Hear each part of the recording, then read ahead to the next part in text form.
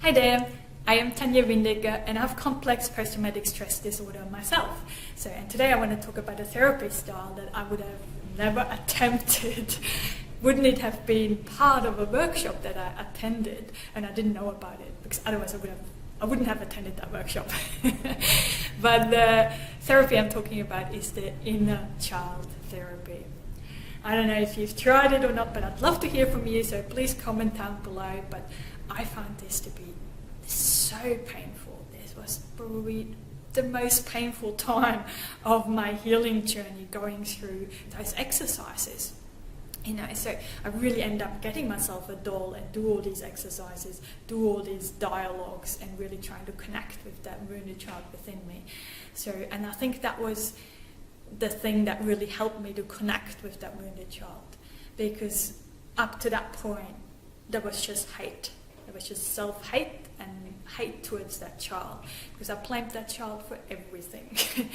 I kept thinking, if I would have as a child behaved differently, then the trauma wouldn't have happened. If I would have been a more resilient child, I wouldn't have PTSD right now, and so forth. It was always that child's fault. I just had nothing but hate for that child.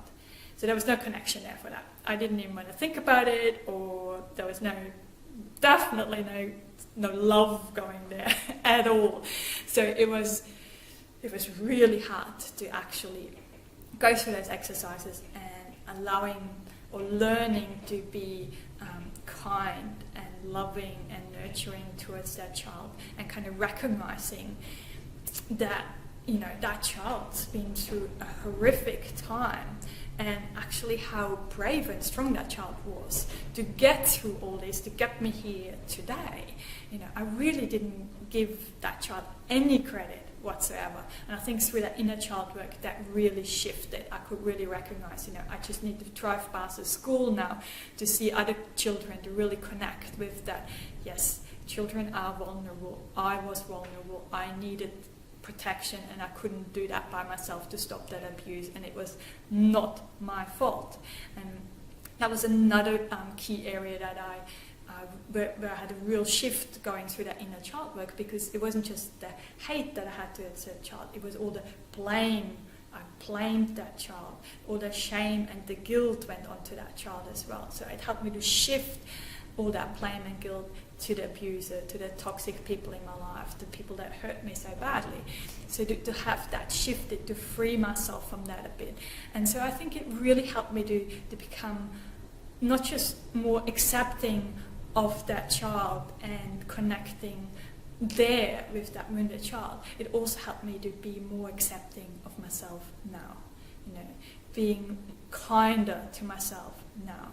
So, to cut myself some slack instead of beating up on myself constantly, and being able to give that child unconditional love and kindness and show some compassion. And with that compassion, things started to really shift for me.